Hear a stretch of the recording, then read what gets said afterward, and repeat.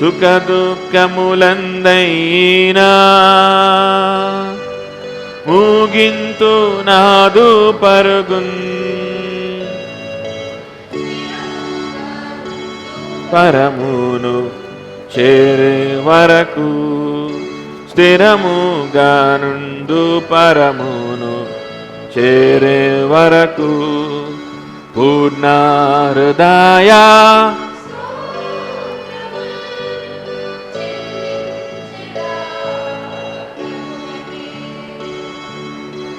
Okay 34వ వచనం mark సువార్త 8వ అధ్యాయం 34వ వచనం. అంతటా ఆయన తన శిష్యులను జన సమూహమును తన యొద్దకు పిలిచి తనను వెంబడింప కోరువాడు తను తాను ఉపేక్షించుకొని తన సిలువనెత్తుకొని నన్ను వెంబడింపవలెను. తన ప్రాణం రక్షింపగోడువాడు దాన్ని పోగొట్టుకును, నా నిమిత్తము సువార్త నిమిత్తము తన ప్రాణమును పోగొట్టుకునేవాడు దానిని రక్షించుకొను అనే విషయం ఇక్కడ ప్రభువారు అక్కడ ఉన్నటువంటి జనసమూహంతో చెప్తా ఉన్నారు, తన శిష్యులతో చెప్తా ఉన్నారు. ఈ మార్కు సువార్త యేసుక్రీస్తుని ఎందుకు యూదులు రిజెక్ట్ చేశారు అనేటువంటి ప్రశ్న, క్రైస్తవులు ఎందుకు ఇలాగున్నారు అనే ప్రశ్న, ఆయన మెస్సయ్య అయితే యూదులకు రాజు అయితే ఒక రాజుకు సంబంధించిన వారిలాగా మీరు లేరే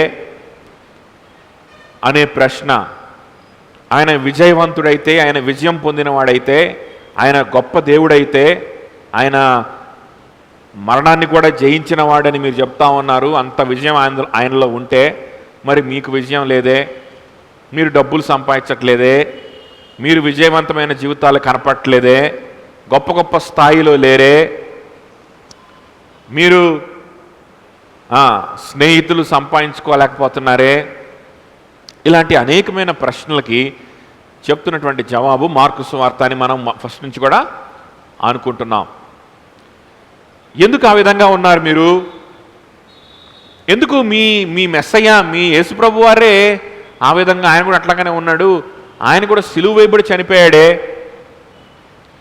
ఆయన అసలు ఎందుకు అంగీకరించబడలేకపోయాడు అని చెప్పి అడుగుతా ఉన్నప్పుడు జవాబులు అయితే జవాబుగా మార్కు వారిని కన్విన్స్ చేసే విధంగా జవాబు ఇవ్వట్లేదు, కానీ వారిలో దేవుడు ఎవరినైతే జీవింపజేస్తూ ఉంటాడో, వారిలో ఎవరికైతే దేవుడు విశ్వాసాన్ని కలుగు చేస్తూ ఉంటాడో వారిని దేవుని వైపు ఆకర్షించడానికి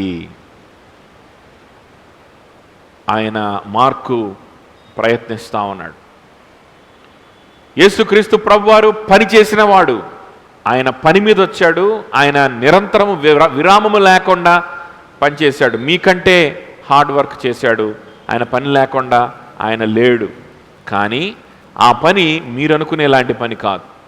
యేసు ప్రభు విజయాన్ని సాధించాడు, కానీ అది మీరు అనుకునే విజయం కాదు అని కొన్ని విషయాలు వివరించడానికి ప్రభు వారి జీవితాన్ని ఆయన నేరేట్ చేస్తూ ఉన్నాడు. ఇక్కడ పేతురు సందర్భంలో పేతురు మనుష్యుల విషయాలను మాత్రమే మనస్కరించి దేవుని విషయాలను మనస్కరించకుండా, ఇందా మన కీర్తనలో చదువుకున్నట్లుగా ఏంటది, వ్యర్థమైన వాటి మీద మనస్సు ఉంచడం. చూసారా, వ్యర్థమైన వాటి మీద మనసు ఉంచడం అంటే ఏంటి? దేని గురించో పిచ్చి పిచ్చి వాటి మీద మనసు ఉంచడం, లేకపోతే ఏ వ్యభిచారం మీదో, లేకపోతే అక్రమ సంబంధం మీదో, లేకపోతే ఏ తాగుడో ఏ వ్యసనం మీదో మనసు ఉంచడం అని చెప్పి మనం అనుకుంటా ఉంటాం కదా. అఫ్కోర్స్ అవి వ్యర్థమైనవే, అఫ్కోర్స్ అవి కూడా వస్తాయి, కానీ అవి మాత్రమే కాదు. వ్యర్థమైనవంటే చూసారా, పేతురు ఊహించాడా? పేతురుకి ఎలాంటి బిరుదు వచ్చింది? సైతానా అన్నాడు. అంటే ఆ సైతాన్ గాడు, ఆ లూసిఫర్ గాడు నువ్వు ఒకటేరా అన్నాడు, సింపుల్గా చెప్పాలంటే కదా. పేతురు ఊహించుంటాడా? పేతురు ఊహించలేదు, ఊహించున్నాడు కదా. ఎందుకు సైతానుతోటి సమానంగా మాట్లాడాడు దేవుడు? ఇందాక మనం మాట్లాడుకున్న విషయమే. ఎప్పుడైతే నువ్వు వ్యర్థమైన దాని మీద నీ మనసు ఉంచుతావో ఆటోమేటిక్గా నువ్వు పాప మార్గంలోనే ఉంటావు, ఆటోమేటిక్గా నువ్వు దేవునికి నీ హృదయంలో దూరమైపోతావు. దేవునికి దూరం అయిపోయి నువ్వు సైతానుగాడి మార్గంలోనే నువ్వు వెళ్తావు, వాడి మార్గంలోనే వెళ్తావు. బైబిల్లో ఇద్దరు మనుషుల్ని సైతానని పిలిచాడు దేవుడు. ఒకటి పేతురు అయితే రెండవది ఎవరు? లూసిఫర్ కాదు. కొత్త నిబంధనలో యేసు ప్రభువారు ఇద్దరిని సైతానని పిలిచాడు. ఒకటి పేతురు అయితే ఇంకొకడు ఇస్కరియోతు యూదా. మీలో ఒకడు సాతాను అన్నాడు కదా, మీలో ఒకడెవడు సైతాన్ అన్నాడు. ఇద్దరు. ఒక సైతానేమో మారు మనసు పొందాడు, ఇంకొక సైతాను ఆ సైతాను వెంటే పోయాడు. ఒక సైతాను పాపం ఆయన నేను మనుషుల విషయాలు మనస్కరిస్తున్నాను, నేనేదో చేసిన పరిచర్యో నేనేదో చాలా వదిలిపెట్టుకొని వచ్చి ఈయన వెంబడిస్తున్నాను, నేను చాలా నీతిగానే ఉంటున్నానులే, ఇదివరకు కంటే ఇప్పుడు చాలా మారా, ఇదివరకు బూతులు మాట్లాడేవాడిని ఇప్పుడు మాట్లాడట్లేదు, ఇదివరకు నేను మంచిగా ఉండేవాడిని కాదు, కొట్లాట్లకి వెళ్ళేవాడిని ఇప్పుడు కొట్లాట్లకి వెళ్ళట్లేదు, చాలా మారాను, అసలు ఏమనుకున్నావు, ఇదివరకు సిగరెట్ తాగేవాడిని ఇప్పుడు తాగట్లేదు అని చెప్పి యేసుప్రభువుని వెంబడిస్తున్నాడు. కొన్ని మార్పులు వచ్చినాయి కరెక్టే, కానీ వాటిని బట్టి తన నీతిని అక్కడ వాటిల్లో ఎతుక్కుంటున్నాడేమో. వాటిల్లో ఆయన నీతిని ఎతుక్కొని మనసంతా కూడా, హృదయం అంతా కూడా ప్రభు మీద కాకుండా మనుషుల విషయాల మీదకి వెళ్ళిపోయింది.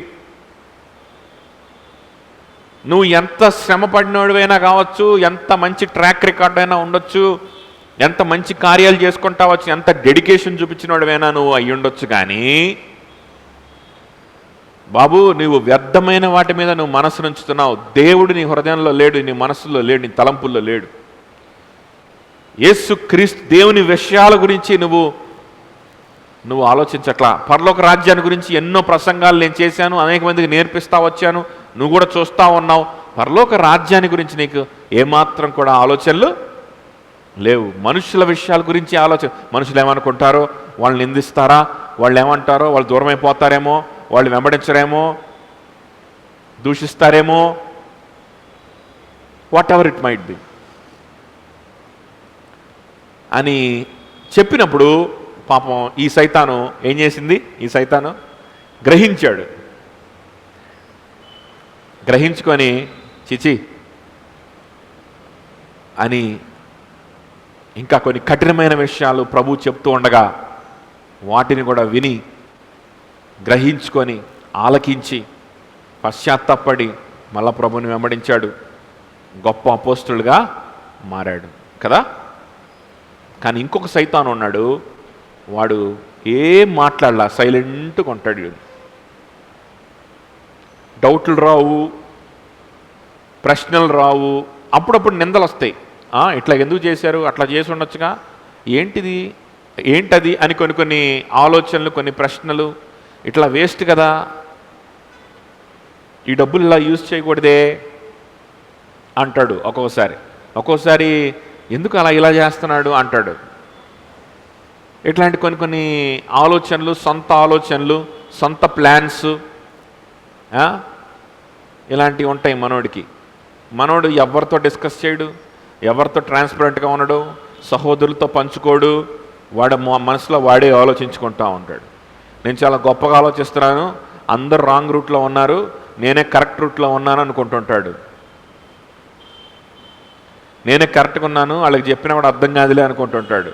యేసు ప్రభుని అప్పగించడం ఏంటయ్యా, 30 వెండి నాణ్యాల కంటే మీకు చెప్పిన అర్థం కాదులే అనుకుంటుంటాడు మనసులో వాడు. కాబట్టి ఎవరితో పంచుకోడు, ఎవరి సలహా తీసుకోడు, ఎవరితో డిస్కస్ చేయడు. ట్రాన్స్పరెన్సీ ఉండదు.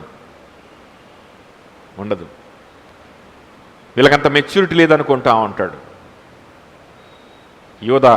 ఇస్కరియోతు యూదా కదా.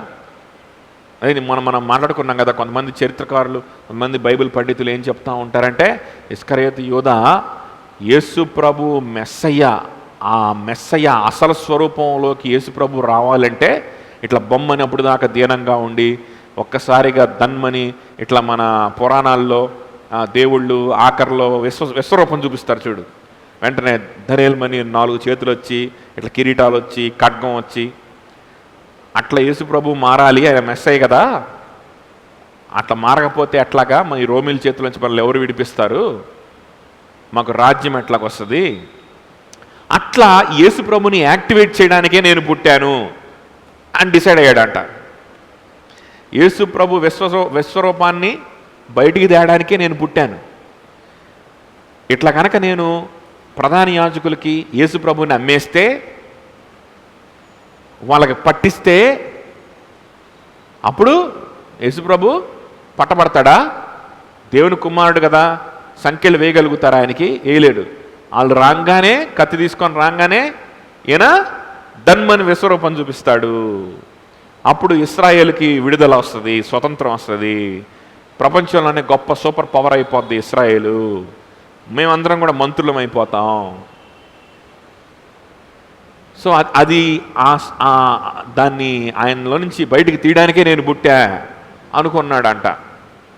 నాకు ఎంతవరకు కరెక్టో తెలియదు, కానీ కొంతమంది ఎక్సిజిట్స్, కొంతమంది బైబిల్ పండితులు చెప్పేటువంటి మాట. ఇలాంటి ఆలోచనలు మనకు కూడా ఉంటాయి కదా. మరి ఆయన ఎగ్జాక్ట్గా ఇలానే జరిగిందో లేదో మనకి తెలియదులే, కానీ మనం ఆలోచిస్తాం కదా, నేను చాలా కరెక్ట్గా ఉన్నాను, నేను కరెక్ట్గా ఆలోచిస్తున్నా, ఎవడు కరెక్ట్గా ఆలోచించట్లా, నాలాగెవడు ఆలోచించట్లా అనుకున్నామంటే పప్పులో కాలేసినట్టే.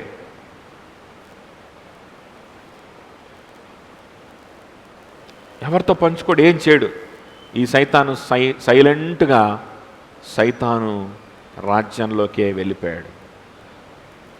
అదే సైలెన్స్ మెయింటైన్ చేశాడు ఆఖరి దాకా.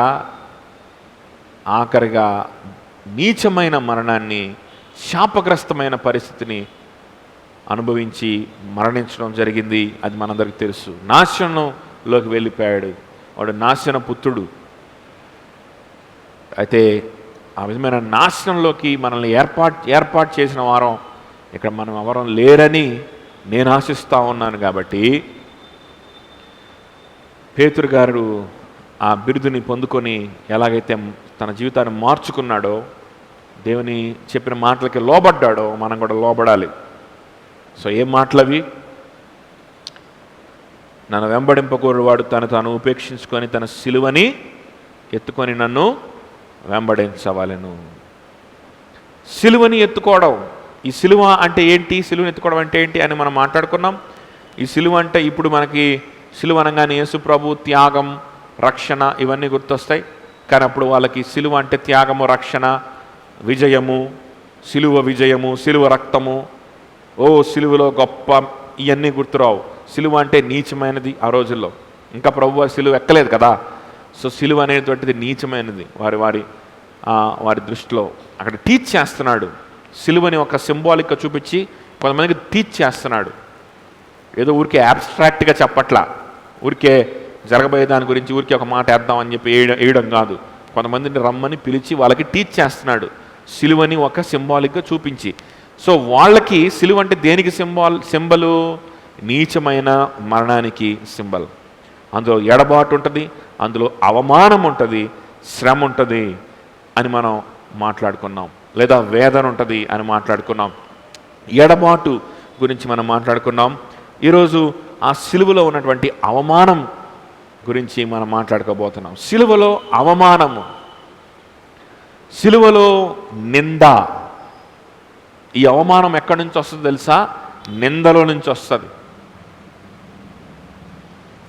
సిలువలో నింద ఉంటుంది. సిలువలో మనం చేసిన తప్పు కంటే మించి మనకు తృణీకారం ఉంటుంది. చేసిన తప్పుకు మించి మనకేముంటుంది? అవమానం వస్తుంది, నింద వస్తుంది. వాడు చేసేది ఏంటంటే దొంగతనం చేస్తాడు. రహదారిలో ఉండి కొండల పక్కన దాక్కొని అక్కడ వెళ్ళే యాత్రికులకి కొట్టి వాళ్ళని తోసేసి, లేకపోతే వాళ్ళు గాడిద మీద ఎక్కువస్తూ ఉంటే ఆ గాడిద మీద నుంచి తోసేసి ఆ బ్యాగ్, ఆయన బంగారం ఏమైనా ఉంటే మొత్తం లాక్కొని పరిగెత్తి వెళ్ళిపోతాడు. ఇప్పుడు వీడిని పట్టుకుంటారనుకో, వీడికి వచ్చే బిరుదు ఏంటో తెలుసా? ఆ బ్యాగ్లో ఉండేది ఎంత ఉంటుంది? మహా అయితే 100 రూపాయలు ఉంటుంది. ఆ 100 రూపాయల కోసం, ఆ పొట్టకుట్టి కోసం ఏదో వాడు దొంగతనం చేశాడు, తప్పే. ఈయన్ని పట్టుకుంటారు, పొరపాటునాడు పట్టుబడ్డాడు అనుకో, వాడికి లభించేటువంటి బిరుదేంటో తెలుసా? బిరుదేంటో తెలుసా? దేశద్రోహి అని బిరుదు వేస్తారు ఫస్ట్. దేశద్రోహి. అరే నేను దొంగతనం చేసిన 100 రూపాయలు, వేసే బిరుదేంటి? దేశద్రోహి, రాజద్రోహి. ఎందుకంటే రాజుగారు ఆజ్ఞిచ్చారు దొంగతనాలు చేయకూడదని. నువ్వు దొంగతనం చేశావు కాబట్టి నువ్వెవరో? రాజద్రోహివి. రాజుకు, కైసరుకు వ్యతిరేకంగా పాపం చేశావు. కైసరుని నువ్వు అవమానించావు, కైసరుని నువ్వు తీసిపారేశావు. ఎంత ధైర్యం నీకు? రాజద్రోహం చేస్తావు, దేశద్రోహం చేస్తావా అని చెప్పి తీసుకెళ్ళి భయంకరమైనటువంటి సిలువలో మేకులు కొట్టి నీచాతి నీచంగా చంపుతారు. ఒకసారి ఆలోచించండి. ఈరోజు మనకు దొంగతనం చేస్తే పిక్ పాకెట్ చేశాడు, పిక్ పాకెట్ చేసిన వాడిని ఏం చేస్తాం? మహా అయితే లాకప్లు వేస్తారు, ఒక 4 తగిలిస్తారు, పంపేస్తారు, అంతే కదా. పిక్ పాకెట్ చేసిన వాడిని ఏం చేస్తారు? మహా అయితే జరిమానా వేస్తారు కొన్ని చోట్ల. అలాంటిది సిలువ అంటే ఏంటో తెలుసా? సిలువ అంటే ఏంటో తెలుసా? పిక్ పాకెట్ చేసినందుకు దేశద్రోహమని నిందవేసి వాణ్ణి భయంకరమైన సిలువకేసి మేకులు కొడతారు. ఇది సిలువ. ఇందులో అవమానం ఉంటుంది. సరే నేను దొంగతనం చేస్తే చేశాను, కనీసం దొంగనన్నా పిలవండి, నన్ను కనీసం ఏం పిలవండి? దొంగ అనన్నా పిలవండి. మరీ దేశద్రోహి ఏంటండి? అరే సిగ్గులేదా? దొంగతనం చేసావు, కష్టపడి పని చేసుకోలేవా అని తిట్టండి, పడతాను. చేసిన దొంగతనమే కదా, పడతాను. అట్లా తిట్టరు. దేశానికి ద్రోహం చేసావు కదరా, ఎంత ధైర్యం రా నీకు? నువ్వెంత నీచుడివో తెలుసా? నువ్వెంత నికృష్టుడివో తెలుసా? నువ్వు నీచమైన చావుకి అర్హుడివి అని తీసుకెళ్ళి భయంకరమైన చావుకి వాడిని అప్పగిస్తారు. ఇప్పుడు వాళ్ళు వచ్చేటువంటి ఆలోచన ఏంటి? నేను చేసిన తప్పేంటి?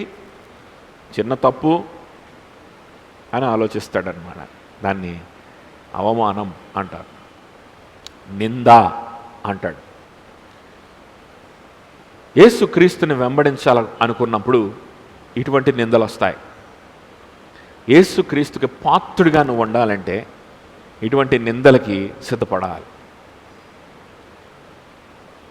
మనం ఏ పాపము చేయకుండా ఉండలేం. ఒక్కొక్కసారి పాపం చేస్తాం, దానికి మించిన నింద వస్తుంది. ఒక్కొక్కసారి ఏ తప్పు చేయకుండా కూడా మన మీదకి ఏమొస్తుంది?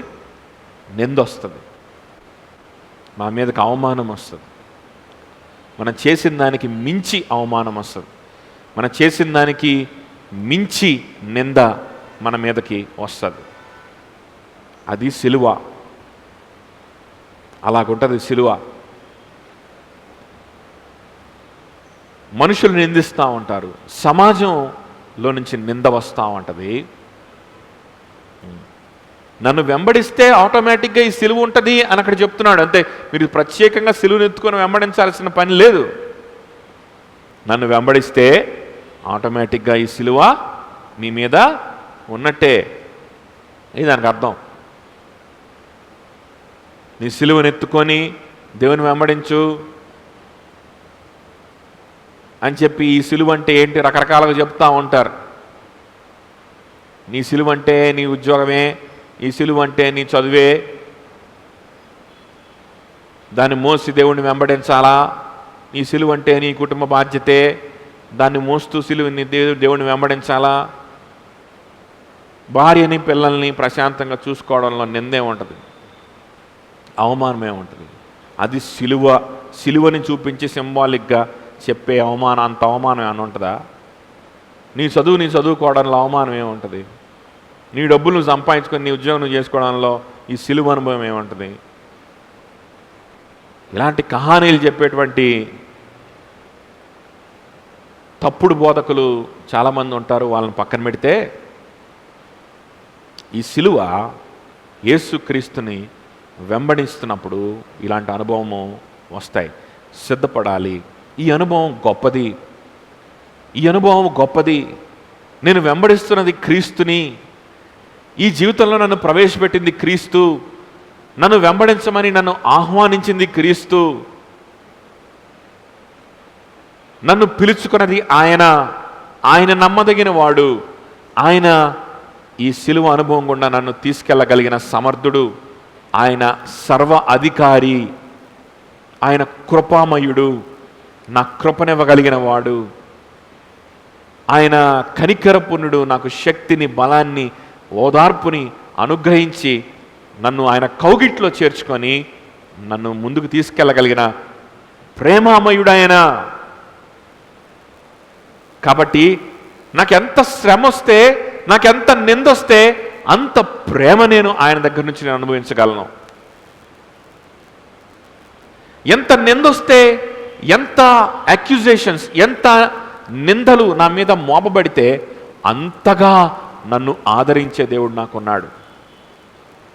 ఎంత అవమానం వస్తే అంతగా నా కన్నీటిని తుడిచేవాడు నాకున్నాడు.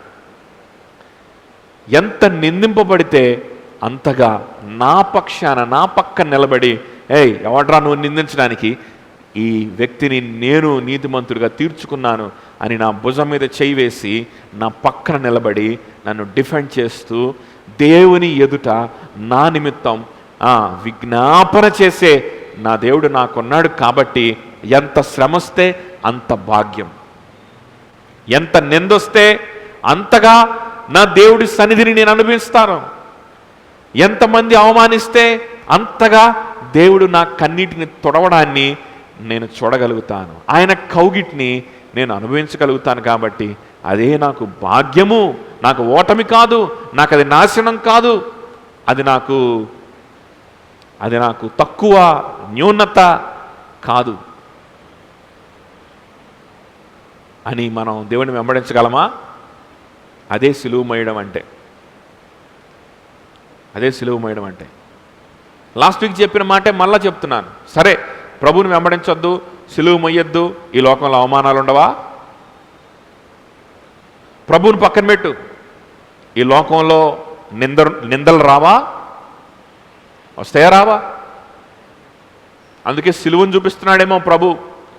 బాబు, సిలువ ఆల్రెడీగా చాలామంది వేయించుకుంటున్నారు. ఆల్రెడీగా రోమీలు ఏం చేస్తున్నారు? చాలామందికి సిలువ వేస్తున్నారు. రేపు పొద్దున్న మిమ్మల్ని కూడా రోమీలు వేయొచ్చు సిలువ. నా నిమిత్తము పోగొట్టుకుంటావా? నా నిమిత్తము అనుభవిస్తావా? నీకు ఆదరణ ఉంది. నా నిమిత్తం అనుభవించకపోతే రేపో మాపో ఎవడో ఒకడు వేస్తాడు నీకు సిలువ. అప్పుడు నీకు ఆదరణ ఉండదు. అప్పుడు నీ కన్నీరు తుడవడానికి నీకు క్రీస్తు ఉండడు. అప్పుడు వెంబడించడానికి క్రీస్తు ఉండడు. క్రీస్తులో ఉన్నటువంటి ఆ ఆదరణకి నువ్వు పాత్రుడుగా ఉండవు. నువ్వు అనుభవించలేవు. ఎవరు నిందించరా నిన్ను? ఎవరు అవమానించరా? లాస్ట్ వీక్ చెప్పిన మాట మళ్ళీ చెప్తున్నాను. ఎవరు అవమానించరా నిన్ను? నీ ఉద్యోగంలో అన్ని విషయాల్లో దర్జాగా బతికేస్తావా? ఎవరిని నిందించరా? యేసుక్రీస్తులో లేకపోయినా నీకు నిందలు తప్పవు. అప్పుడు చెల్లించాల్సినటువంటి ధనము, క్రయము, అప్పుడు చెల్లించాల్సినటువంటి వెల చాలా ఎక్కువైంది. యేసుక్రీస్తు శిష్యునిగా ఉండడం కంటే యేసుక్రీస్తు శిష్యుడిగా లేకపోతేనే చెల్లించాల్సిన వెల చాలా ఎక్కువ. యేసుక్రీస్తు శిష్యుడిగా ఉండాలంటే వెల చెల్లించాలి. అదేంటి? సిలువను ఎత్తుకోవాలి. ఆయన సువార్త నిమిత్తం, ఆయన నామం నిమిత్తం నీ జీవితాన్ని సమర్పణ చెయ్యాలి. వెల ఉంది. కానీ అమ్మో ఇది నేను చెల్లించలేను, యేసు ప్రభుతో నా సంబంధం లేదులే, ఇదెందుకు, నా జీవితం నేను చూసుకుంటానంటావా? ఇంకా ఎక్కువ వెల చెల్లించాల్సి ఉంటుంది. లోకానికి, మనుషులకి ఇంకా చెల్లించాల్సి ఉంటుంది. భ్రమలో బ్రతకూడదు మనం కదా. ఈ అవమానంలో ఉన్నటువంటి ప్రత్యేకత ఏంటి? యేసుక్రీస్తు సిలువలో ఉన్న అవమానం ఇందులో ఉన్నటువంటి ప్రత్యేకత ఏంటో తెలుసా? కొన్ని వాక్యాలు మనం చూసి మనం గ్రహించడానికి ప్రయత్నం చేద్దాం. మత్తయి సువార్త 27:38 చూడండి. మత్తయి సువార్త 27:38.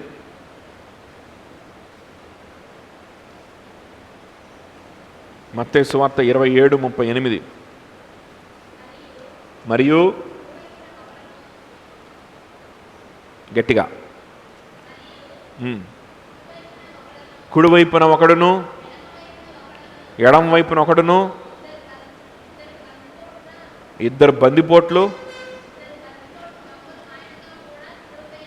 సిలువ వేయబడిరి. ఆ మార్గమున వెలుచుండిన వాడు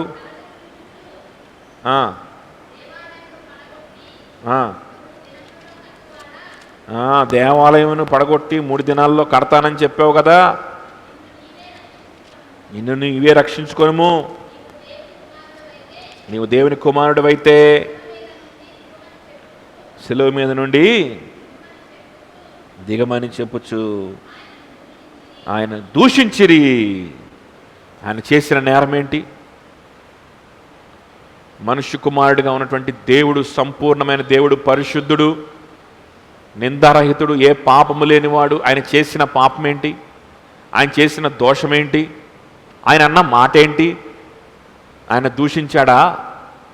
ఆయన ఎవరినన్నా ద్వేషించాడా? ఎవరికన్నా వ్యతిరేకంగా మాట్లాడా? ఆయన చేసిన తప్పేంటి? ఆయన చేసిన తప్పు ఏమీ లేదు. ఆయన ఏం చేస్తాడో ఆయన చెప్పాడంతే. ఆయన జీవితం ఏంటో ఆయన చెప్పాడంతే. నా జీవితం ఇది, నేను చేయబోయేది ఇది అన్నాడంతే. ఎవరిని దూషించలేదే, ఎవరిని తిట్టలేదే, ఏ తప్పు చేయలేదే. ఆయన ఏమన్నాడు? ఈ దేవాలయమును పడగొట్టండి, 3 దినాల్లో తిరిగి లేపుతా అన్నాడు. ఈ దేవాలయాన్ని 3 దినాల నేను తిరిగి లేపగలను అన్నాడు.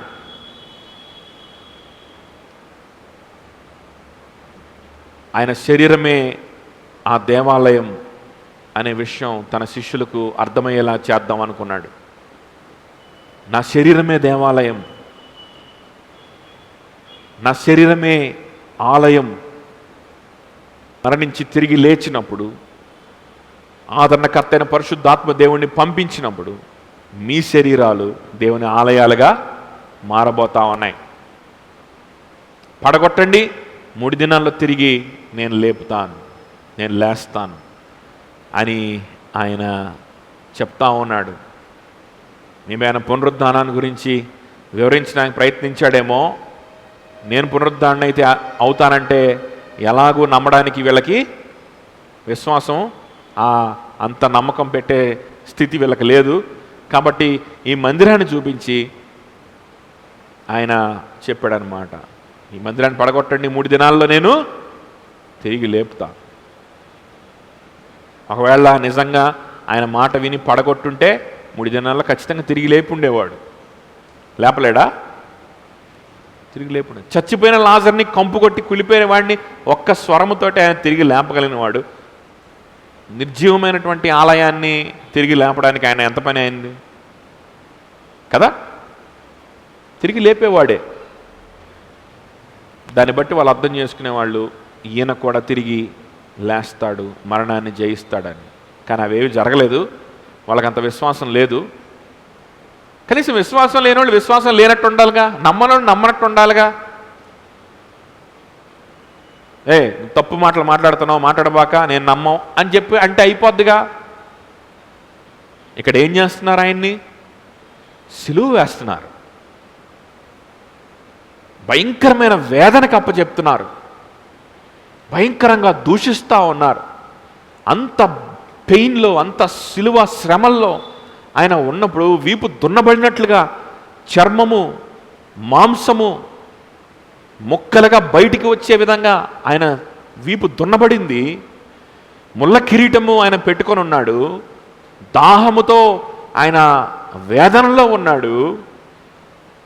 ఆ పరిస్థితులు ఆయన ఉంటే ఆయన చెప్పిన పిచ్చి మాటకి పాపం ఇంత శ్రమ పెట్టాలా అని కూడా ఆలోచన రావట్లేదు మనుషులకి. వాళ్ళు ఏమంటున్నారంట? తలాడించుచు ఎక్కిరిస్తూ ఉన్నారు, అవహేళన చేస్తూ ఉన్నారు. ఇదిగో బాబు, ఇతనే కదా ఆలయాన్ని 3 దినాలు తిరిగి లేపుతానన్నాడు, ఏది లేపమని చూద్దాం, కనీసం శిలువ నుంచి కిందకన్నా దిగమను అని ఎక్కిరిస్తా ఉన్నాడు. పడగొట్టండి, తిరిగి లేపుతా. కనీసం ఈయన పడిపోతా ఉన్నాడు, ఈయన ఆలయాన్ని తిరిగి లేపగలిగిన వాడు, ఈయన మళ్ళా తిరిగి లేస్తాడు ఈయన చెప్పినట్టుగా అని ఆలోచన రావట్లేదు. దూషిస్తూ ఉన్నారు.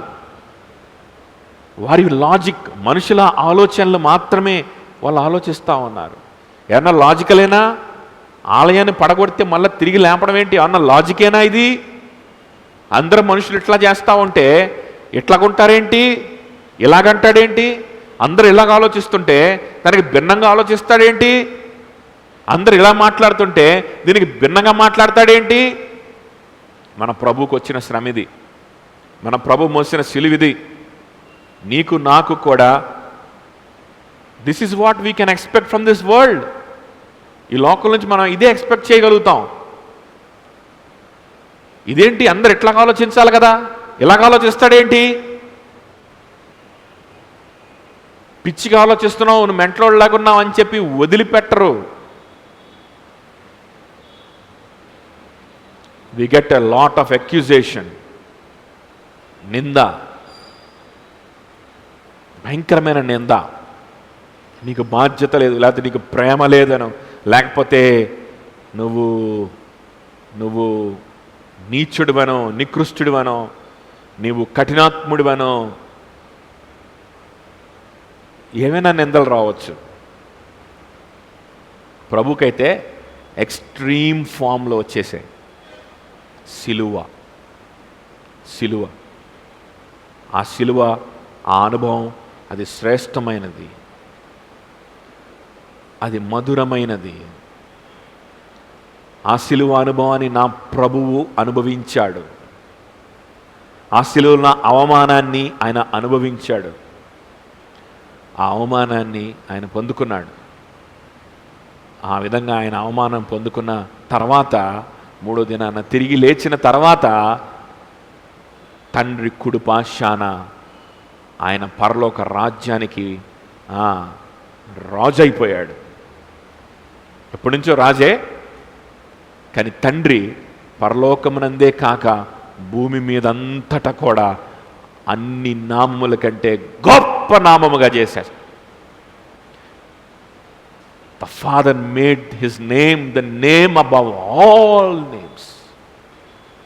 ప్రతి మోకాలు, ప్రతి నాలుక ఆయన సన్నిధిలో, ఆయన ఎదుట వంగి ప్రతి నాలుక ఆయనే ప్రభువని ఒప్పుకునేలాగా ఆ స్థానాన్ని ఇచ్చేశాడు తండ్రి ఆ లోబడిన కుమారుడికి. ఇప్పుడు చెప్పండి, ఆ అవమానం మధురమైనది కాదా? ఈయన నా అద్వితీయ కుమారుడు, నా ప్రియమైన కుమారుడు, నా కోసమే బ్రతికాడు, నా ప్రణాళికని నెరవేర్చడానికి, నా చిత్తాన్ని నెరవేర్చడానికే పనిచేశాడు. నాకే తన ఆత్మని తిరిగి అప్పగించాడు.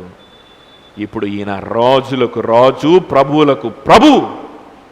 ఈ గొర్రెపిల్లగా వధింపబడిన ఈ గొర్రెపిల్ల సింహాసనం మీద ఉంటుంది. ప్రకటన గ్రంథంలో మనం చూసేసరికి ఆ వధింపబడిన గొర్రెపిల్ల సింహాసనం మీద కూర్చొని ఉంటుంది. అక్కడ ఉన్నటువంటి పెద్దలు, జీవులు, అక్కడ ఉన్నటువంటి వ్యక్తులందరూ కూడా దేవదూతలు, మిరియడ్స్ అండ్ మిరియడ్స్ ఆఫ్ ఏంజల్స్, కోట్ల కొలది దేవదూతలు ఆయన ఎదుట సాగిలపడి ఆరాధన చేసి లోబడి తలలు వంచి ఆయన ఎదుట సాగిలపడతా ఉంటారు. వారందరూ చెప్తా ఉంటారు, ఈ సైన్యములకు అధిపతి అయిన వాడు ఈయనే, మహిమగల రాజు ఈయనే, ఈయనే అర్హుడు, కాలాలకి సమయాలకి అధిపతి ఈయనే. ఆ పుస్తకం ఉంటుంది ఒకటి కదా, ఆ పుస్తకాన్ని విప్పడానికి, ఆ ముద్రని విప్పడానికి అర్హుడు ఈయనే. ఈ లోకం యొక్క గతేమవుద్ది, మనుషుల యొక్క గతేమవుతుంది అని నిర్ణయించేటువంటి ఒక పుస్తకం ఉంది. ఆ పుస్తకం అది ఏమైందని ముద్ర వేయబడి మూసివేయబడి ఉంది. దాన్ని విప్పగలిగిన అర్హుడు ఈయనే. అది విప్పగలిగిన అర్హుడు ఈయనే, నియంత్రించేవాడు ఆయనే. సిలువలో ఉన్న అవమానం తర్వాత వచ్చే మహిమది. ఈ మహిమ గుండా, ఈ అవమానం గుండా మనకంటే ముందుగా మన ప్రభు వెళ్ళాడు. అదే మహిమలోకి మనల్ని ప్రవేశపెడదాం అనుకుంటా ఉన్నాడు. కానీ మనకొచ్చే శ్రమ, మనకొచ్చే సిలువ ఆ సిలువ వంటిది కాదు. ఎంత అల్పమైనవి మన అవమానాలు, మనం ఎదుర్కొనేటువంటి విషయాలు, నిందలు ఎంత అల్పమైనవి, ఎంత అల్పమైనవి. చూడండి, కంటిన్యూ చేద్దామా? అలాగే శాస్త్రులు, పెద్దలను, ప్రధాన యాజకులను కూడా ఆయన అసహించుచు. 42, వీడు ఇతరులు రక్షించెను, తను తానే రక్షించుకోలేడు. ఇశ్రాయేలు రాజు కదా, ఇప్పుడు సిలువ మీద నుండి దిగన ఎడల వాని నమ్ముదుము. సిలువ నుంచి దిగమను, అప్పుడు నమ్ముతాం. ఒక దేవుని బిడ్డ ఎట్లాగా ఉండాలి? ఒక దేవుని బిడ్డ ఎట్లాగా ఉండాలి? సక్సెస్ఫుల్గా ఉండాలి. ఏది సక్సెస్? ఏది నీ జీవితంలో? ఒక దేవుని బిడ్డ ఎట్లాగా ఉండాలి? సమృద్ధిగా ఉండాలి. ఏది సమృద్ధి? ఏది నీ జీవితంలో? నువ్వు సమృద్ధి జీవితాన్ని సంపాదించుకో, సక్సెస్ సంపాదించుకో, అప్పుడు నమ్ముతా నీ దేవుణ్ణి, అప్పుడు నమ్ముతా నువ్వు దేవుని బిడ్డవని. వాడు దేవుని యందు విశ్వాసం ఉంచెను, నేను దేవుని కుమారుడిని చెప్పాను కనుక ఆయనకి ఇష్టడైతే ఆయన ఇప్పుడు వారిని తప్పించును అని చెప్పి, దేవుని కుమారుడిని, దేవునికి ఇష్టుడిని అని చెప్పుకున్నాడు కదా. అంత ఇష్టుడైతే, నిజంగా దేవుని కుమారుడైతే దేవుడు తప్పించడా? నిజంగా దేవుని బిడ్డవైతే, నిజంగా క్రైస్తవుడివైతే నువ్వు ఇట్లా ఉంటావా అనే నిందలు వస్తాయి కదా. ఒకసారి అలాంటి మాటలు ఎవరో మన బంధువులు, మనకు దగ్గరగా ఉండేవాళ్ళు, ఎవడో పిచ్చోడు ఆ మాట అంటేనే మనం తట్టుకోలేకపోతూ ఉంటామే. ప్రజలందరూ, ప్రధాన యాజకులు, అధికారులందరూ ఈ మాట అంటూ అసహించుకుంటూ, తల ఆడిస్తూ, అవహేళన చేస్తూ వెళ్తా ఉన్నారు. ఎప్పుడో తెలుసా? ఆయన సిలువ మీద ప్రాణాలతో కొట్టుమిట్లాడుతూ ఉన్నప్పుడు, ఆయన సిలువ మీద కొన ఊపిరితో ఉంటా ఉన్నప్పుడు, ఆయన సిలువ మీద భయంకరమైన వేదన అనుభవిస్తూ ఉన్నప్పుడు ఈ మాటలు అంటున్నారు. ఇప్పుడు ఆలోచించండి, నీకు నాకు వచ్చే శ్రమలు అవి శ్రమలేనా? నీకు నాకు వచ్చే నిందలు అసలు నిందలేనా? మన ఇంట్లో వాళ్ళు ఏదన్నంటే నువ్వు అసలు క్రిస్టియన్వేనా ఏంటి, నీ మొహం నీ అంటేనే మనం తట్టుకోలేకపోతాం, డిప్రెషన్లోకి వెళ్ళిపోతాం. ఇంకా ఆరాధన ఉండదు, బైబిల్ ఉండదు, సహవాసం ఉండదు, ఏమి ఉండదు. ఒకసారి ఆలోచన చేయండి. కొట్టి ముళ్ళ కిరీటాన్ని ధరింపజేసి సిలువను మోయించి భయంకరమైన పరిస్థితిలో ఆయన్ని దిగంబరిగా ఒంటరిగా వేలాడుతూ ఉన్నప్పుడు ఓదార్చడానికి ఎవరు లేరు. శిష్యులందరూ పారిపోయారు. ఏదో మరియమ్మ, యోహాను, ఎవరో అట్లాంటి వాళ్ళకు 4 ఉన్నారు. వాళ్ళు ఓదార్చడానికి కూడా వాళ్ళు ఉపయోగం లేని పరిస్థితి. అలాంటి పరిస్థితుల్లో ఇలాంటి మాటలు మాట్లాడుతూ ఉంటే నా ప్రభు సహించాడు. నీ పాపానికి, నా పాపానికి రావాల్సిన శిక్ష అది తెలుసా? ఎవడన్నా ఏదన్నా అనగానే నేనే పాపం చేశాను ప్రభా, నేను నీ శిష్యుడిగా ఉంటే, నేను క్రైస్తవుడిగా ఉంటే నాకు ఎందుకు ఇది రావాలి అని చెప్పి ప్రశ్నిస్తామే. నీ పాపానికి, నా పాపానికి యాక్చువల్గా రావాల్సిన శిక్ష ఏంటో తెలుసా? సిలువలో ప్రభు అనుభవించిన భయంకరమైన అవమానం. అది నీ అవమానం, నా అవమానం. అది వచ్చిందా మన జీవితంలోకి? దాన్ని రానిచ్చాడా నీ జీవితంలోకి, నా జీవితంలోకి? ఏదో దేవుడు అనుభవించినటువంటి 4 మాటల్ని మనం పెద్ద శ్రమలుగా, పెద్ద అవమానాలుగా మనం భావిస్తున్నామా? ఇవి కాదు ప్రభువా, ఇంతకంటే భయంకరమేని వచ్చిన అది నాకు మేలు, అది నాకు ఏంటి గొప్పది, అది నాకు గొప్ప, అది నాకు శ్రేష్టమైన జీవితం తప్ప ఇది నీచమైన జీవితం కాదు. ఆ సిలువకే నేను నా జీవితాన్ని సమర్పణ చేసుకుంటున్నాను అని గనక మనం వెంబడిస్తే దేవుడు మన జీవితంలో ఒక శ్రమని అనుభవించక ముందే ఈ మాట చెప్పేలాగా చేసి అనుమతిస్తాడు. ఏ మాట? ప్రభువా నాకు వచ్చింది నిందే కాదు, ప్రభువా నాకు వచ్చింది శ్రమే కాదు అని చెప్పేలాగా చేసి అనుమతిస్తాడు. అలాంటి మాట ఇక్కడ మనం చూడబోతున్నాం. కంటిన్యూ చేయండి. 44 ఆయనతో కూడా సిలువ వేయబడిన బందిపోటు దొంగలు అలాగే ఆయనను నిందించిరి. ఆయనతో కూడా కొంతమంది సిలువ వేయబడ్డారు. ఆయన పక్కలో మాత్రం ఇద్దరున్నారు, ఇటుపక్క ఒకడు, ఇటుపక్క ఒకడు, దగ్గరగా. దూరంగా కొంత చాలామంది సిలువ వేస్తారు, గుంపుగా ఒకేసారి సిలువ వేస్తారు. సో చాలామంది ఉండొచ్చు వెనకాల, ఇంకా కొంతమంది. వాళ్ళందరూ కూడా ఇదే మాట అంటున్నారు, సిలువలో వేలాడుతూ ఇదే మాట అంటున్నారంట. ఏమంటున్నారు? ఆయన నిజంగా దేవుని కుమారుడైతే దిగొచ్చుగా, దిగి కాస్త మమ్మల్ని కూడా దింపొచ్చుగా అని. 45 ఏం ఉపయోగం? మేము ఇక్కడ శ్రమలు పడతా ఉంటే ఆయన పక్కనే ఉన్నాడు, ఏం ఉపయోగం? ఆయన దేవుడైతే ఏంటి? మేము ఇక్కడ వేదన పడతా ఉంటే మమ్మల్ని పట్టించుకోకుండా ఆయన కూడా వేదన పడతా కూర్చుంటే ఇంక అసలు ఏం ఉపయోగం ఆయన వల్ల మాకు? కదా, నువ్వు క్రైస్తవుడు అయితే ఏం ఉపయోగం మాకు? మాకు అవసరాలు ఉన్నాయి, మేము అవస్థలో ఉన్నాం. నువ్వు మాకు ఉపయోగపడకపోతే, నువ్వు మాకు ప్రాఫిటబుల్గా ఉండకపోతే నీ వల్ల ఏం ఉపయోగం?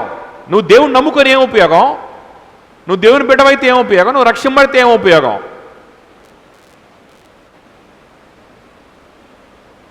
ఈ నిందని ఆ నిందతో పోల్చుకోండి. వస్తాయి కదా అలాంటి నిందలు మనకి, ప్రభువుకి వచ్చాయి. మధ్యాహ్నం మొదలుకొని 3 గంటల వరకు ఆ దేశం అంతటా చీకటి కమ్మెను, ఇంచుమించు. ఓకే, సో ఇది పరిస్థితి. ఇలాగున్నప్పుడు ఇంకొక సన్నివేశం అక్కడ జరిగింది. అది లూకా మంచిగా రికార్డ్ చేస్తాడు. లూకా సువార్త 23:41 చూడండి. లూకా సువార్త 23:41 చదువుతున్నాను చూడండి. ఒక్క నిమిషం. లూకా సువార్త 23:41 నేను చదువుతాను, చూడండి. వ్రేలాడబడిన ఆ నేరస్తుల్లో ఒకడు ఆయనను దూషించుచు, నీవు క్రీస్తువు కదా, నిన్ను నువ్వు రక్షించుకోను. 39 చదువుతున్నాను, 39 నుంచి. నిన్ను నువ్వు రక్షించుకోను. 40 అయితే రెండవ వాడు వారిని గద్దించి, నీవు అదే శిక్షా విధిలో ఉన్నావు కనుక దేవునికి భయపడవా?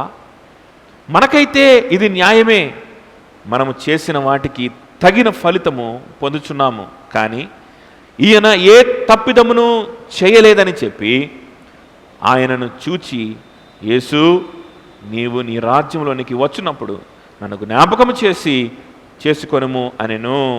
అందుకు ఆయన వానితో, నేడు నీవు నాతో కూడా పరదేశంలో ఉందని నిశ్చయముగా నీతో చెప్పుచున్నాను అనేను. అందరు దూషిస్తూ ఉన్నారు. ఒక దొంగ అయితే ఏమంటున్నాడు? మనకైతే ఇది న్యాయమే, మనం ఈ శిక్షా విధిలోనే ఉన్నాం, మనకి రావాల్సింది మనం అనుభవిస్తున్నాం, మనం చేసిన దానికి ప్రతిఫలమే మనకు వస్తుంది, మనకు న్యాయమే. మేబీ దీన్ని బట్టి, ఈ మాటల్ని బట్టి ఆ చుట్టుపక్కల ఉన్న దొంగలు లేదా ఇటుపక్కన్న దొంగ ఏం అడిగి ఉంటాడో, ఏమి నిందించుంటాడో మనం ఊహించుకోవచ్చు. యేసు ప్రభు చూడు, నా పరిస్థితి చూడు, ఏంటిది? నేను చేసిన తప్పుకి ఎంత భయంకరమైన శిక్ష, ఎంత శిక్ష అయ్యాలా? ఎందుకు ఈ భయంకరమైన శిక్షలో నన్ను పడేశావు? ఏదో నీ ధర్మశాస్త్రం చొప్పున మేము ఉంటే ఏదో నాకు చిన్న శిక్ష వేసేవాళ్ళు, లేకపోతే నన్ను గద్దించేవాళ్ళు, నేను పశ్చాత్తాపడితే మళ్ళీ నాకు అవకాశం ఇచ్చేవాళ్ళు. ఈ రోమీలు ప్రతిదానికి సిలువేసేస్తున్నారు. ఈ రోమీల నుంచి కాపాడొచ్చు కదా నువ్వు మెస్సయ్య అయితే. మెస్సయ్య అంటే ఏం చేయాలి? మాకు మా చిన్నప్పటి నుంచి ఏం నేర్పించారంటే మెస్సయ్య అంటే కత్తి పట్టుకొని వస్తాడు, శత్రు రాజ్యులందరినీ చంపేస్తాడు, మీకు స్వతంత్రం ఇస్తారని నేర్పించాడు. నువ్వేంటి, నువ్వు ఏం ఉపయోగం? మెస్సయ్య అయితే మాకేం ఉపయోగం? చూస్తా ఉంటావేంటి? నీకు ఇది న్యాయమేనా అంటున్నారేమో. బుద్ధి జ్ఞానం ఉండేవాడు రెండవ దొంగ ఏమంటున్నాడంటే, రే నీకు నాకు ఇది న్యాయమే, నీకు నాకు ఇది న్యాయమే. ఒకవేళ దేవుని ధర్మశాస్త్ర ప్రకారం చూసుకున్నా పాపానికి జీతం ఏంటి? మరణమే కదా, నరకమే కదా, దేవుని ఉగ్రతే కదా, మనకు న్యాయమే కదా ఇది రావడం, న్యాయమే. అయితే ఆయనను చూడలేదా? మీ ఊరు వచ్చినప్పుడు నువ్వు గమనించలేదా? అందరూ మాట్లాడుకుంటుంటే వినలేదా? ఆయనలో ఒక్క పాపం కూడా గమనించిన వాడు ఎవ్వడూ లేడు. ఒక్క పాపము కూడా ఆయనలో లేదు. నిష్కలంకుడు, పాపరహితుడు, పాపమే లేనివాడు. చిన్నప్పటి నుంచి అబ్జర్వ్ చేస్తున్నావు కదా, ఒక్క పాపమైన ఆయనలో ఉందా? అందరూ చెప్పుకుంటున్నారు కదా, చిన్నప్పటి నుంచి ఈ 33 సంవత్సరాల్లో ఒక్క పాపం కూడా చేయని నిష్కలంకమైన వాడు. ఆయనకి ఇది న్యాయం కాదు కదా, అన్యాయమైన తీర్పే కదా. అన్యాయమైన తీర్పుని నీ కోసం నా కోసం ఆయన అనుభవిస్తూ ఉన్నాడు. ఆయన పొందుతున్నంత శ్రమ నీకు నాకు అర్థం కాదు. మనకైతే ఇది న్యాయమే, మనకైతే ఇది న్యాయమే. ఒకసారి అర్థం చేసుకోండి, ఆ సిలువలో చనిపోతున్న ఆ దొంగలు కూడా యేసుప్రభు ఎంత శ్రమ పడుతున్నారో వాళ్ళు కూడా అంతే ఆల్మోస్ట్ శ్రమ పడుతూ ఉన్నారు. మరి ఇంకేంటి యేసుప్రభుకు వారికి తేడా అని అంటే, ఈ ఒక్కటి చాలదా? ఈ ఒక్కటి చాలదా? చేసిన తప్పుకి శిక్ష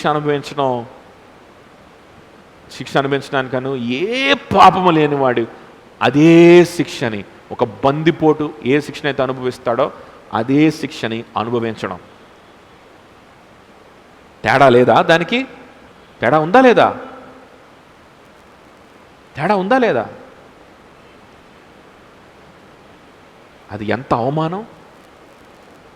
ఏ శిక్ష, ఏ పాపము చెయ్యని వాడికి ఈ నిందను అనుభవించడం ఎంత అవమానం! ఈ ఎగతాళిని అనుభవించడం ఎంత అవమానం! నీకు నాకు అవమానం ఉందా? నీకు నాకు అవమానం లేదు. ఎందుకంటే మనం దొంగతనాలు చేసాం, మనుషులు చంపాం కూడా. మనల్ని చంపితే ఇంకా మనకు అవమానం ఏముంది? నేను చంపాను, నన్ను వాడు చంపుతున్నాడు, అంతేనా? కానీ ఆయన నిష్కలంకుడైన వాడు. మనకైతే ఇది న్యాయమే, కానీ ఆయన పాపం లేనివాడు అని చెప్పి, ప్రభా నన్ను జ్ఞాపకం చేసుకో. నాకెందుకు అర్థమవుతుంది, తన ప్రజల పాపము నుండి విమోచిస్తాడు మెస్సయ్య అనేది ఎందుకో జ్ఞాపకం వచ్చిందేమో మరి ఆ దొంగకి. ప్రభా నువ్వు చేసిన తప్పు కాదు, నా తప్పే, నాకు రావాల్సిన అవమానం. నీ పక్కనే నీలాగనే సిలువ వేయబడుతున్నా నీ అంత వేదన నాకు లేదు, నీ అంత అవమానం నాకు లేదు. ఎందుకంటే నీవు నిష్కలంకుడివి. నాకైతే ఇది న్యాయం, కాబట్టి ఇది నా మీద రావాల్సింది నువ్వు అనుభవిస్తున్నావు, కాబట్టి నన్ను జ్ఞాపకం చేసుకుంటావా? నన్ను జ్ఞాపకం చేసుకుంటావా? సిలువ మీద వేలాడుతూ ఆ దొంగ యేసుక్రీస్తు సువార్తని ప్రకటించాడు. సిలువ మీద వేలాడుతున్న దొంగ యేసుక్రీస్తు సిలువ సువార్తని పక్కన వేలాడుతున్న ఇంకో దొంగకి ప్రకటిస్తా ఉన్నాడు. ఈయన దేవుడి కుమారుడు, ఈయన నిష్కలంకుడు, ఈయనకి అర్హుడు కాదు, మనం అర్హులం, మనం పాపం. Doctrine of sin, doctrine of incarnation, doctrine of atonement మొత్తం చెప్తున్నాడు పక్కన ఉన్న దొంగకి. సువార్త పనిచేస్తూ ఉన్నాడు. ప్రభా నాకు టైం లేదు, ప్రభా ఇంకా నాకు టైం లేదు, నేను చనిపోతున్నాను, ఇంకా నాకున్నది కొద్ది గంటలే, ఈ గంటల్లో నేను చేయగలిగింది ఎంతవరకే, వాడికి నేను గురించి హెచ్చరించగలిగాను. ఒకవేళ నాకు బ్రతుకు ఉంటే అది కూడా నీ కోసమే బ్రతుకుతా, ఇంకొక గంట నాకు పొడిగిస్తే, ఇంకొక రోజు నా జీవితంలో పొడిగించిన అది నీ కోసం బ్రతుకుతా. ఆ వ్యక్తితోటి ప్రభు చెప్తున్న మాట ఏంటో తెలుసా? నిశ్చయముగా పరలోక రాజ్యం నీదే. నిశ్చయముగా. I can see that faith in you given by my Father. I can see that volitional aspect of your repentance. I can see your will being activated for the glory and will of God. ప్రభువా ప్రభువా అని నన్ను పిలిచేవారు కాదు, కానీ నా దేవుని చిత్తము జరిగించువారు. ఏంటి దేవుని చిత్తం జరిగించడం అంటే? దేవుని చిత్తం జరిగించడం అంటే ఏంటి? యేసుక్రీస్తుని హెచ్చించడం, యేసుక్రీస్తుని ఆయన శిలువ కోసం, ఆయన సువార్తని ప్రకటించడానికి నీ జీవితాన్ని వెచ్చించడం. నాకైతే ఇది తగును, నీకు తగదు అని అంగీకరించడం.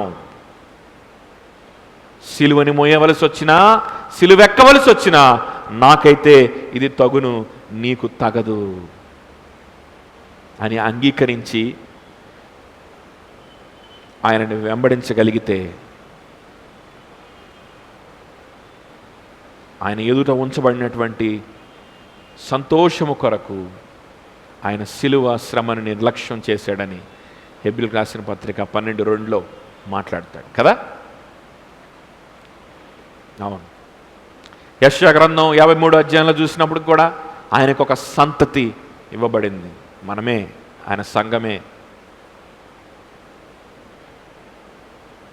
2 తిమోతి 2:12లో మనం చూస్తే కూడా మనం ఆయనతో శ్రమపడిన ఎడల ఆయనతో కూడా మహిమపరచబడదుము అని పౌలు చెప్తా ఉంటాడు తిమోతికి. తిమోతి, నీకు వచ్చిన నిందలు, నీకు వచ్చే శ్రమలు పెద్ద శ్రమలను అనుకున్నావా? నువ్వు పప్పులో కాలేసినట్టే, నువ్వు తప్పిపోతున్నట్టే. నువ్వు దేవుని యొక్క తలంపులు నీ మనసులో లేవు. దేవుని గురించిన తలంపులు నీ మనసులో కనుక ఉంటే నువ్వేం చెప్తావు తెలుసా? ఈ శ్రమలే కాదు, ఈ నిందలు నిందలే కాదు, ఈ అవమానాలే కాదు. ఆయన నిమిత్తము, ఆయన శిలువ శ్రమల్లో కొద్ది భాగం అనుభవించే భాగ్యం నాకు దొరికింది. ఆయనతో కూడా శ్రమ పడిన ఎడల ఆయనతో కూడా మహిమలోకి నేను వెళ్ళబోతున్నాననే నిశ్చయత నాకు వచ్చింది. ఇది శ్రమ ఎట్లా అవుద్ది? ఇది అవమానం ఎట్లాగవుద్ది? దీనికి నేను కృంగిపోతానా? దీనికి నేను డిస్కరేజ్ అవుతానా? దీనికి నేను డిప్రెషన్లోకి వెళ్తానా? దీనికి నేను ఎవరితో మాట్లాడకుండా మూతి ముడుచుకొని కూర్చుంటానా?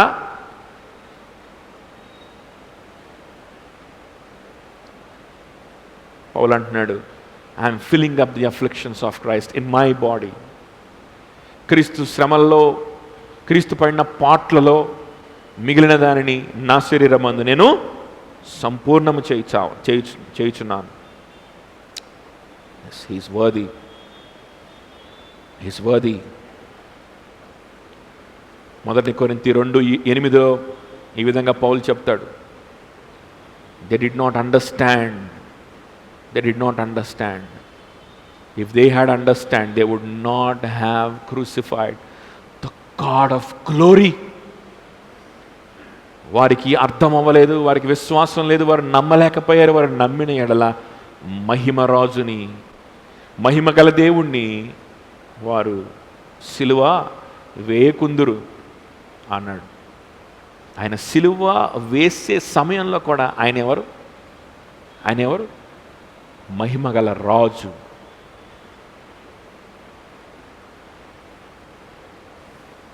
కొంతమంది తప్పుడు బాధ చెప్తా ఉంటారు. యేసు ప్రభువాడు పాపి అయిపోయాడు, యేసు ప్రభువారు శాపగ్రస్తుడు అయిపోయాడు. ఎందుకంటే మనం శాపం పొందకుండా ఉండడానికి. యేసు ప్రభువారు పేదవాడైపోయాడు, ఎందుకంటే మనం రిచ్గా ఉండడానికి. ఆయన పేదవాడి స్వరూపాన్ని దాల్చుకున్నాడు, ఒక పేదవాడి స్టేటస్లోకి వచ్చాడు. ఆయన ధనవంతుడే, ఆ ధనవంతుడే. ప్రపంచంలో అతి పెద్ద ధనవంతుడు ఒక చిన్న గుడిసెలో ఒకరోజు ఉందాం అనుకున్నాడు అనుకోండి, అతను ధనవంతుడు కాకుండా పోతాడా? కానీ ఆ గుడిసెలో ఉండడం అనేటువంటిది త్యాగం కాకుండా పోద్దా? అది త్యాగమే, కానీ ఆయన ధనవంతుడే. అందుకే మనం పాడుకున్నాం కదా, నీ వంటి ధనవంతుడు ఏడి, నా వంటి దరిద్రుడు ఏడి, పాడుకున్నాం కదా. ఎస్, పౌలు చెప్పిన ప్రకారం చూస్తే ఆయన సిలువ వేయబడే సమయంలో కూడా ఆయన సంపూర్ణంగా మానవుడిగా, సంపూర్ణంగా వేదనని, అవమానాన్ని అనుభవించేటువంటి ఒక మానవుడి స్వరూపంలో, ఆ స్థాయిలో ఆయన తను తగ్గించుకొని కుమారుని స్థానంలో మనుష్య కుమారుడిగా ఈ లోకానికి వచ్చాడే. కానీ at the same time he is also a God of glory. మహిమగల దేవుడు, మహిమగల రాజు. ఎవరు ఈ మహిమగల రాజు? గుమ్మములారా తలెత్తుకొనిడి, మహిమగల రాజు రావాలనుకుంటున్నాడు. మీరు మీరు మీ గుమ్మములు, పురాతనమైన గుమ్మములారా మీ తలెత్తుకొనిడి. ఎవరు ఈ మహిమగల రాజు? సైన్యములకు అధిపతియగు యెహోవాయే. ఎవరు ఈ మహిమగల రాజు? నీ కోసం, నా కోసం శ్రమను అనుభవించి, సిలువను అనుభవించి, సిలువని మోసి నీకు నాకు రావాల్సిన నీచమైన అవమానాన్ని, నిందల్ని మోసిన నీ యేసు క్రీస్తు మహిమగల దేవుడు, ఈ మహిమగల రాజు. ఆయనకు పాత్రుడిగా నువ్వు ఉండాలా అనుకోవట్లేదా? Don't you want him to come inside to your heart, inside your life? If you want it, count this cross as gain. If you want it, count this cross as a crown. Count this cross as glory. ఈ నిందని, అవమానాన్ని మనం భరించడానికి సిద్ధపడితే ఈ రోజున ఆయన నిరంతరము తండ్రి కుడిపాశాన నిలబడి మన నిమిత్తం ఏం చేస్తున్నాడంట?